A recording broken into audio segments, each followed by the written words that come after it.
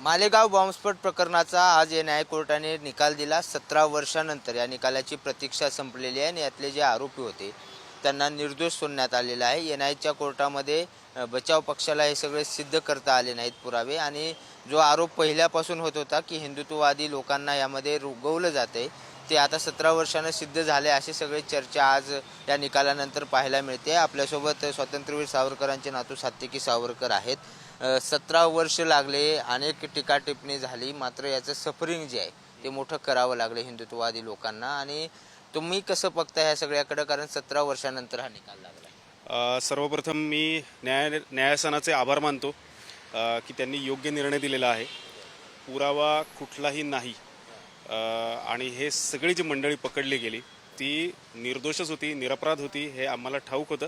आणि जो आपण शब्द वापरला हिंदू दहशतवाद किंवा हिंदू आतंकवाद, तर 2008 साली 2 घटना अशा घडल्या। एक तर मालेगावमध्ये बॉम्बलास्ट झाला आणि दुसरं म्हणजे 26/11 आपल्यावर मुंबईमध्ये दहशतवादी हल्ला झाला।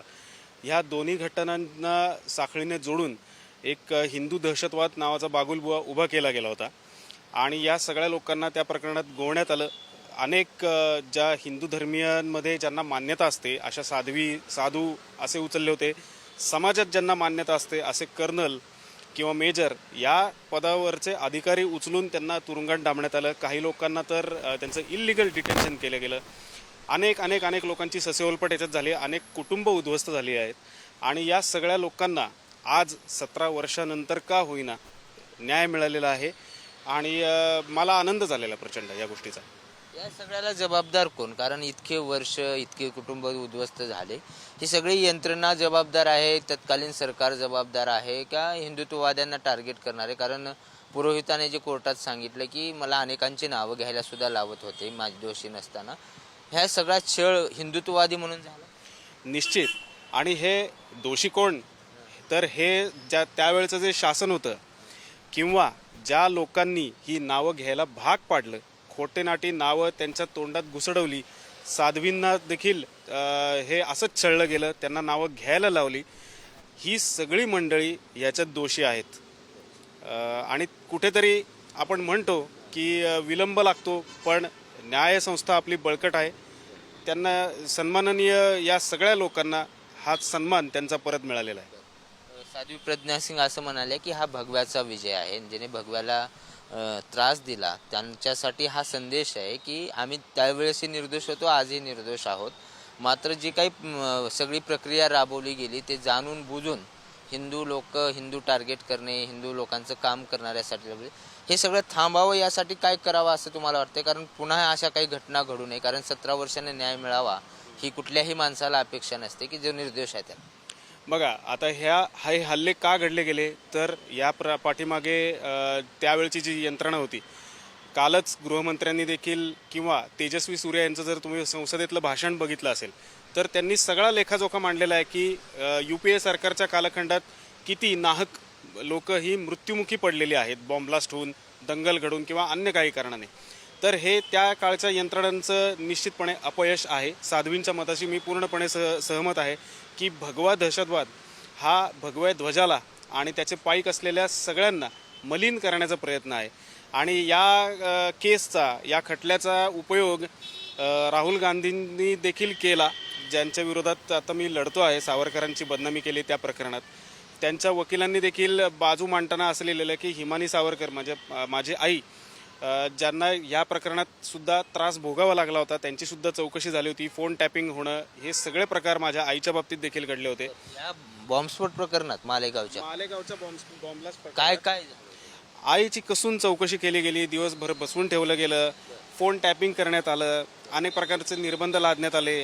ह्या सगळ्या गोष्टींना आईला प्रचंड मानसिक त्रास झालेला आहे आणि याचाच वापर राहुल गांधींनी आत्ता केलेला आहे माझ्या केसमध्ये की कुठेतरी हे संबंध दाखवायचे की जर अभिनव भारत ही दहशतवादी संघटना असेल, भगवा दहशतवाद असेल, तर कुठेतरी याच्या आई देखील याच्यात गुंतल्या गेलेल्या आहेत। तर आता या निमित्ताने मी छातीठोकपणे सांगू शकतो की हे न्यायसंस्थेने हे पूर्ण न्यायदानाचं काम केलेलं आहे, त्यामुळे हे सगळे निर्दोष आहेत।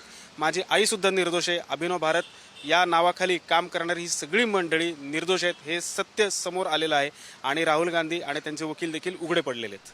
अभिनव भारत संघटनेच्या अनेक कार्यकर्त्यांना त्या काळात त्रास झाला. ही संघटना इतकं म्हणजे जे काही काम करते त्या कामामध्ये थोडासा गॅप पडला असेल या 17 वर्षात. आता परत संघटनेला उभारणी भेटेल, परत एकदा चांगलं काम करायचं, कारण इतक्या वर्षात बदनाम करण्याचं काम झालं असं वाटतं का तुम्हाला? निश्चितपणे आता बघा, हे जे लोक सुटलेले आहेत, 17 वर्षांचा मोठा कालखंड आहे. जग बदलतं, प्रत्येक वर्षी जग बदलत असतं.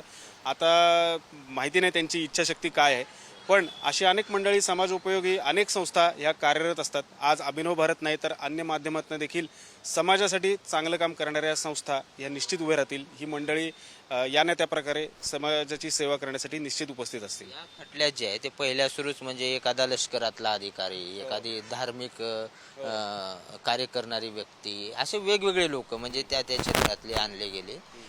लष्कराच्या अधिकाऱ्यातले 2 लष्कर अधिकाऱ्यांना यामध्ये सगळं गोवण्यात आलं आजच्या कोर्टाच्या निकालावरून. तर हे सगळं तत्कालीन अधिकाऱ्याने केले का? कारण त्या अधिकाऱ्यांवर पण खूप ठपका ठेवला आहे, पण त्याचा आरोप सिद्ध झालेला नाही ना. त्यांच्या देशभक्तीवर शंका घेण्यात आली. शासनाने यांच्या देशभक्तीवर शंका घेतली आणि हे असे सामान्य अधिकारी, सामान्य कोणी धरलेले नाही आहेत ना. मेजर रमेश उपाध्याय होते, कर्नल प्रसाद पुरोहित, ही काय साधीसुधी माणसं नाहीत ना. ते त्यांच्या क्षमतेमुळे त्या पदावर जाऊन पोहोचतात. त्यांच्या हाती महत्त्वाच्या फाईल्स असतात, महत्त्वाची माहिती असते, जी शासनाला नकोशी वाटत असेल, यांनी पुढे येऊन ती सांगू नये, म्हणूनच यांना गोवण्यात आलेलं आहे. तुम्ही म्हणलात की तुमच्या आईची सुद्धा चौकशी झाली. काय नेमकं त्यावेळेसची परिस्थिती होती? कारण ते तुम्ही भोगलंय म्हणून, म्हणजे बाकी तुम्ही कनेक्टिव्हिटी आहात त्या घटनेशी. कारण काल उपाध्यायने सुद्धा एका माध्यमाला बोलताना त्यांच्या व्यथा सांगितल्या. काय नेमकं परिस्थिती त्यावेळेस तुमच्या कुटुंबात? एक महिला असून, समाजात मान्यता असून, माझी आई आर्किटेक्ट होती, अनेक ठिकाणी ती कामं करायची, अनेक लोकांमध्ये वावरायची. अशा सन्मान्य व्यक्तीला दिवस दिवस तुम्ही पोलीस स्टेशनला बसवून ठेवता, त्यांचं फोन रेकॉर्ड्स करता. जे म्हणजे सामान्य लोक त्यांना फोन करायची, कॉल करायची, काही मदत मागायची, काही त्यांचे डिस्कशन्स असायचे, चर्चा असायच्या. तर या सगळ्या लोकांना, किंवा आता माझे अनेक ठिकाणी भाषणांना देखील जायची, तिच्यावर मीडिया ट्रायल चालवायची. तुम्ही कसा तिकडे गेलात, तुमच्या ओळखीचे हे कसे, हे अनेक प्रकारचे प्रश्न विचारून भंडावून सोडायचं आणि मीडिया ट्रायलच्या माध्यमातून पुरावे खोटे उभे करून त्यांना गोवण्याचा प्रकार हा माझ्या आईच्या बाबतीत केला गेला. प्रचंड मानसिक त्रास झालेला आहे. जितक्या कथा सांगू तितक्या कमी पडतील. त्यामुळे या सगळ्या त्रासातनं आम्हीच नाही तर सगळी मंडळी गेलेली आहेत. काही काहींचे तर कुटुंब, त्यांचा आज ठाव ठिकाणा नाही. काही काही मंडळींचं जे डिटेन्शन केले गेलेलं आहे त्यांचा ठाव ठिकाणा नाही. या सगळ्याची जबाबदारी त्या काळच्या शासनाने घेतली पाहिजे. आणि पुन्हा एकदा माझ्या मते जर याच्यापुढे जर चौकशी करायची की खरंच कोणी हे घडवून आणलं तर SIT बसवावी आणि चौकशी व्हावी. आमची त्याला सुद्धा तयारी आहे. भगवा हिंदूवाद, भगवा वाद आज ह्याच्या पुढे संपलं असं वाटतं तुम्हाला? निश्चित 2 मोठ्या घटना घडल्या ना, त्याच वर्षी घडल्या. मुंबईचा हल्ला झाला, मालेगावचा हल्ला झाला. आता भगवा हा पवित्र आहे, परमपवित्र आहे. तो शिवाजी महाराजांचा आहे, श्रीकृष्णाचा आहे, प्रभू श्रीरामांचा आहे. इतकी मोठी ज्याला परंपरा आहे, तो मलिन करण्याचा यांना अधिकार नव्हता. तो त्यांनी करायचा प्रयत्न केला आणि त्यांना त्यांची शिक्षा मिळालेली आहे. त्याच्यामुळे मला नाही वाटत याच्यापुढे कोणी हा शब्द उच्चारायला धजावेल. तर हे होते सात्यकी सावरकर. आणि भगवा हिंदुत्ववाद हा शब्द मलिन करण्याचा प्रयत्न केला. लष्करातल्या अधिकाऱ्यांच्या देशभक्तीवर प्रश्नचिन्ह निर्माण केले गेले आणि चांगलं काम करणाऱ्या अनेक कुटुंबांना नाहक त्रास दिला. स्वतः त्यांचं कुटुंब, त्यांच्या आईला सुद्धा या सगळ्या चौकशीला बोलवण्यात आलं, छळ करण्यात आला. मात्र या सगळ्यावरती आजच्या निकालाने न्याय मिळालेला आहे. यापुढे अशी कुणीही हिंमत करणार नाही, अशी प्रतिक्रिया सात्यकी सावरकर यांनी दिली आहे. व्हिडिओ जर्नलिस्ट निखिल करंदीकरसह बालाजी पोद्दार, पुढारी न्यूज, पुणे.